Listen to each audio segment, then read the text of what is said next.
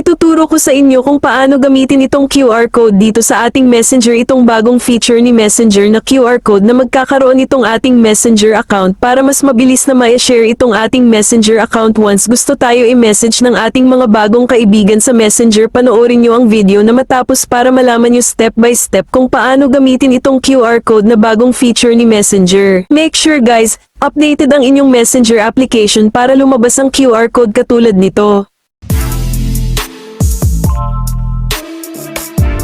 Buksan ang Messenger application at mag-login.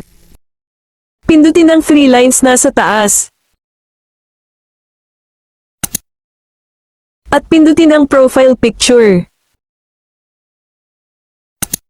Dito kung may mapapansin kayo sa itaas na may QR code logo, pindutin lang itong QR code logo.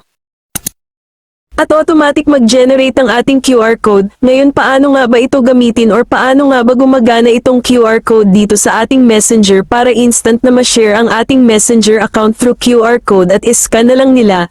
Ngayon halimbawa na share mo na itong QR code mo sa kanila, ano nga ba ang gagawin nila para gumana itong QR code at para mas ma-message kayo ng mas mabilis? Ang gagawin lang mag-download ng QR code scanner.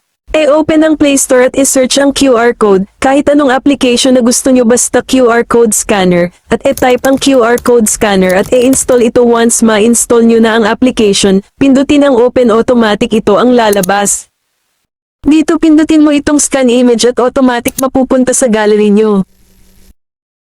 Pag dito ka na sa gallery mo, pindutin mo ang QR code na na-save mo. Ang gagawin mo lang katulad ay itapat mo sa QR code, i-crop mo lang katulad ng ginagawa ko. Pag okay na, pindutin mo lang itong checkmark nasa taas tapos pindutin mo ang open website, automatic na yan. At makikita nyo makalagay na, you scanned Almero QR code to start this chat. Diretso agad sa message, pwede ka na makontak, mabilis na tayo message dahil sa bagong feature sa Messenger na QR code.